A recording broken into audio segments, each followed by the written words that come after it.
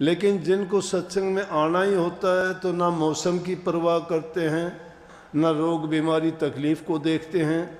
उनकी चाहत है, उनके सूरत को, रूह को जिस चीज़ की ज़रूरत है वो उसकी तृप्ति के लिए ज़रूर पहुंचते हैं, चाहे उनको कितना उसके लिए कष्ट उठाना पड़े और चाहे उनको कितनी भी परेशानी भी क्यों ना हो।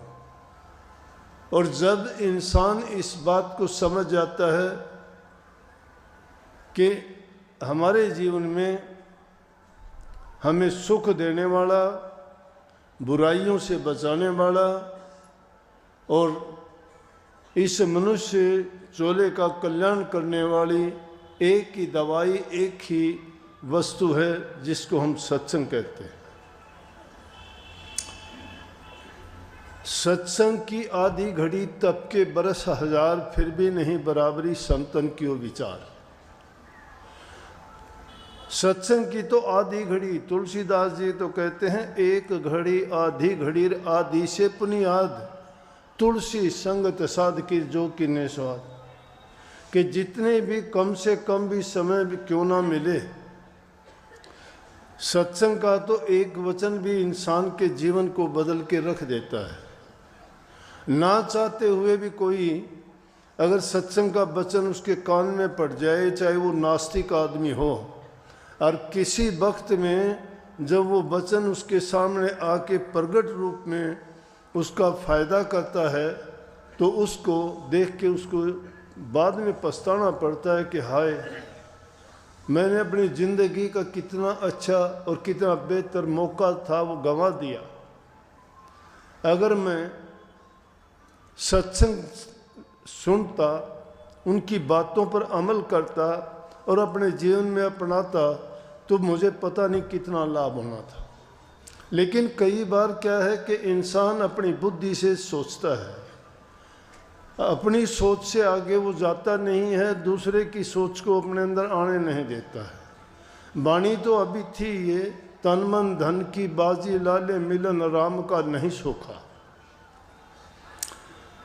ये उन लोगों के लिए है जिनके विचार ऐसे हैं कि ना ये नहीं हो सकता, और या वो ये सोचते हैं कि भक्ति से क्या फ़ायदा है। लेकिन ये इतना आसान काम भी नहीं है जिस प्रकार से हम भीड़ की भीड़ आके मंदिरों में, मस्जिदों में, गुरुद्वारों में, आश्रमों में जाके बैठ के और ये दिखावा करते हैं कि हमने गुरु से दीक्षा ली है, नाम लिया है, हम पूजा पाठ करते हैं, हम तीर्थों पे जाते हैं, हम व्रत करते हैं, हम नियम का पालन करते हैं, हम बुराई नहीं करते, सच्चाई के रास्ते पे चलते हैं, हम ध्यान अभ्यास करते हैं, नाम का सिमरण करते हैं। तो इस तरह की वो अपनी बुद्धि में सोच के अपने आप सोच लेता है, ये मान भी लेता है कि हाँ मैं जो करता हूँ वो सही करता हूँ। लेकिन ये चीज़ इतनी आसान नहीं, उसके लिए आवश्यकता पड़ती है गुरु की। और गुरु का तरीका कौन सा है कि गुरु इस जमायत की तरह से, जिस प्रकार से विद्यार्थी विद्यालय में जाके गुरु से शिक्षा ग्रहण करता है, ये भी एक आध्यात्मिक विद्यालय है। और इस आध्यात्मिक विद्यालय में गुरु द्वारा दिए गए जो नियम हैं, आदेश हैं, शिक्षाएं हैं, उनको अगर हम अपना लें तो ये परमात्मा का मिलना मुश्किल नहीं, बहुत आसान हो जाता है। लेकिन उसके लिए करना क्या पड़ता है कि हमें अपने तन मन और धन की बाजी लगानी पड़ती है। और ये तन मन धन की बाजी किसके लिए क्यों लगानी पड़ती है? कही है कि कबीर साहब आदि संत जो थे वो कहते हैं कि लाखों सिर तुम दे चुके यमराजा की भेंट, एक शीश तुमने ना दिया सतगुरुओं के हेत। कि हम लाखों सिर दे चुके, आप कहोगे लाखों कहाँ दे चुके, जन्म तो ये मिला है, लेकिन पिछले जन्म जो हमें मिले वो हमें याद थोड़े हैं। चार खान के मुसाफिर हैं हम, उनमें घूमते घुमाते अपने कर्मों को भोगते और नए कर्म बनाते बनाते मुश्किल से इंसान का चोला मिला है। वो लाखों जन्म लिए हैं, वो लाखों सिर किसकी भेंट गए, काल की भेंट गए। काल हमें लूटता रहा, माया ठगती रही और हम अज्ञान के बस होके उनमें पिसते रहे। लेकिन वो करते करते भी हमें एक अवसर मिलता है। इंसान का चोला जब मिल जाता है तो इंसान खुशी मनाता है। खुशी भी कम मनाता है जब इसको ये पता होता है कि मैं दुनिया में जाने वाला हूँ, इंसान के रूप में जाने वाला हूँ। बड़ा उतावला होता है कि मैं इस गर्भ से बाहर निकलूँ, प्रभु मुझे बाहर करो, इस नरक से बाहर निकालो। और मैं जब बाहर जाऊँगा तो मुझे ये ज्ञान है कि मैं आपकी भक्ति करूँगा और इस जन्म मरण से छुटकारा पा लूँगा। लेकिन यहाँ आके होता क्या है, वही खेल है जिसमें पिछले भोगों को भोगते हुए आए थे। कुछ तो कर्म के कर्जदार थे, कुछ यहाँ आए तो फिर हमारे मन ने हमें बहका दिया, माया ने हमें ठग लिया और हमारे वही कर्म और वही हमारे विचार और ख्यालात हमें इस संसार में घसीटते रहे। अगर सतगुरु को एक शीश देते, कहने का मतलब गुरु की शरण में जाते और अपना अर्पण कर देते, तन भी मन भी और धन भी। और ये कहावत सी बन भी गई है, सीख लेते हैं बातों में, ग्रंथों में मिल जाती है कि गुरु के जब बनना चाहते हो तो गुरु को अपना तन मन धन अर्पण कर दो।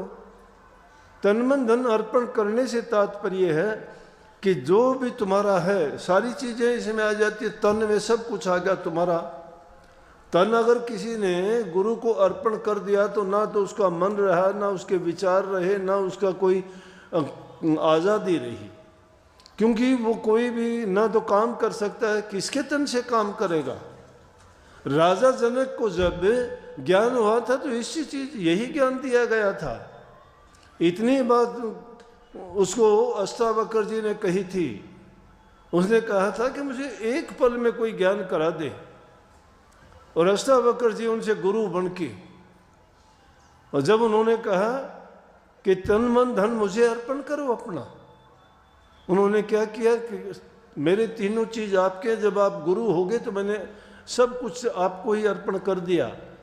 लेकिन जब घोड़े पर बैठने लगे, उनसे सारी चीजें जब ले ली और राजा घोड़े पर बैठते हुए सोचता है, तो उसको कहा कि आपको मेरे मन से सोचने का अधिकार नहीं है। क्या सोचते हो मन में? ये मन आपका नहीं रहा, क्योंकि मन तो आप मुझे अर्पण कर चुके हो। और जब राजा जनक की आंखें खोली, वही सोचता रह गया कि बात ठीक है, मैंने मन तो गुरु को दे दिया, तन गुरु को दे दिया, धन गुरु को दे दिया, राजपाट भी इनका है, तो मुझे उनके मन से सोचने का अधिकार नहीं रहा। इस शरीर से मेरी मर्जी से कोई काम करने का मुझे आज्ञा नहीं है। तो बात तो ये थी बड़ी कठिन, और इसीलिए परमात्मा से मिलना मुश्किल है। तन मन धन की बाजी जब लगा दे, लगाने में तो क्या लगता है, कहने को सब कह देते हैं कि मेरा मुझ में कुछ नहीं, जो कुछ है सो तोर, तेरा तुझको सौंप तेरे क्या लागेगा मोर। लेकिन कहते हैं कि हाँ, तेरा तुझ में कुछ नहीं, जो कुछ है सो मोर, मेरा मुझको सौंप तेरे दिल धड़केगा तोर। फिर तो ये सोच लेते हो कि दिया नहीं जा सकता। हम डरते हैं संसार की चीज़ों को जो संग्रह करते हैं, उसको अपना लेते हैं जो हमारी नहीं है। उनको छोड़ते हुए हमारे प्राण निकलते हैं, हाय क्यों गया। लेकिन जब जाते हो तो जब इससे भी ज़्यादा परेशानी होती है। जो पूरी जिंदगी में जो बनाया, जो कुछ किया, जो तुमने कर्म किए, क्योंकि वो बनाने के लिए कहीं झूठ बोली, कहीं आपने कपट किया, कहीं धोखा किया, कहीं किसी को दुख दिया, किसी को गलत वचन कहे गए। जिंदगी में काम करते करते अनेक प्रकार की बातें इंसान के साथ घटित होती हैं, और वो सब आखिरी वक्त में याद आती हैं। पहले इंसान भूल जाता है जीवन में। आज किया है कल को भूल जाओगे, कल किया परसों भूल जाओगे। बचपन था भूल गए, क्या था नहीं याद। बचपन गया भूल गए, जवानी आई बचपन को भूले। जवानी के बाद में जब और बड़े हुए, शादी हुई, बच्चे हुए, माँ बाप को भूल गए। और जब माँ बाप को भूल गए तो उसके बाद बच्चों को अपना लिया, पत्नी को अपना लिया, घर गृहस्थी में इतने हो गए कि सब कुछ उनको ही मान लिया। लेकिन जब बुढ़ापा आया तो फिर सारी चीज़ें पुनः याद आ गई कि भाई बचपन मेरा ये था, जवानी में मैंने ये किया। इसी प्रकार से जब वो अंतकाल इंसान का आता है और वो सब किए कर्म उसको जब याद आते हैं तो एक प्रकार के उसके दिल में बहुत तड़फ, बहुत दर्द और इतनी पीड़ा होती है कि जबान अगर नहीं निकलती, आंखों से आंसुओं की धारा निकलती है और जीते जी वो इतना दुख भोगता है। बल्कि कई बार तो ऐसे हालात भी होते हैं कि इंसान पहले ही कहने लगता है कि अब तो परमात्मा मुझे उठा ले, क्योंकि कर्म की मार रुकान पुकार, जो कर्म किया जाता है उसका फल बन जाता है, उसके लिए कोई किसी की पुकार सुनता नहीं। उसके लेख लिखने वाले ने लिख दिए, वो अमिट है, बिना कागज के बिना लेखनी के लिखता है, वो किसी को दिखाता नहीं है तेरे ये हैं। लेकिन जो इंसान गुरु की शरण में जाता है, गुरु उसको वो शिक्षा, वो ज्ञान और वो शब्द कोश पकड़ाता है जिसको पढ़ने से उसे आत्म ज्ञान, आत्म बोध होता है। उससे पता लगता है कि इंसान को उसका कर्म किस प्रकार से सुख और दुख पहुंचाता है और कर्म उसको किस प्रकार से इस दुनिया से पार उतारता है। लेकिन वो जो तन मन धन की बाजी लगाते हैं उसमें कई भी है। कबीर साहब दूसरी जगह कहते हैं कि बाजी मांडू पीव से, तो अगर परमात्मा से ही मैं बाजी मान लूँ तो उसमें दोनों तरह से मेरी जीत है। अगर मैं जीत जाऊंगा तो उसका हो गया और हार जाऊंगा तो वो मेरा हो गया। बनाना उसी को अपना है, उस मालिक को अपना बनाने में इंसान को अच्छे काम करना, किसी को दुख तकलीफ ना देना, भक्ति के मार्ग पर चलना चाहते हो तो उससे पहले उन बुराइयों से छुटकारा हमें पाना चाहिए। जब तन से मन से तो करते हैं सब उल्टे सीधे काम। अब पूछने वाले बात भी अजीब अजीब से पूछते हैं। एक आदमी मेरे से आके कहने लगा, बोला जी एक बात बताओ, आप कहते हो कि शराब ना पिया करो, ये ना किया करो, वो नशा ना किया करो, बोले अंगूर खा लें। माँ बहुत अच्छी बात है, खाना चाहिए, अंगूर खा लें। हाँ माँ जरूर खाओ। बोले संतरे खा लें। हाँ वो भी खा लेने चाहिए। बोला जब अंगूर खा सकते हैं, संतरे खा सकते हैं, तो उनका जूस निकाल के गर्म करके और उसको थोड़ा पका के पी लें तो क्या हर्ज है। समझ गए होगे उनका मतलब क्या था।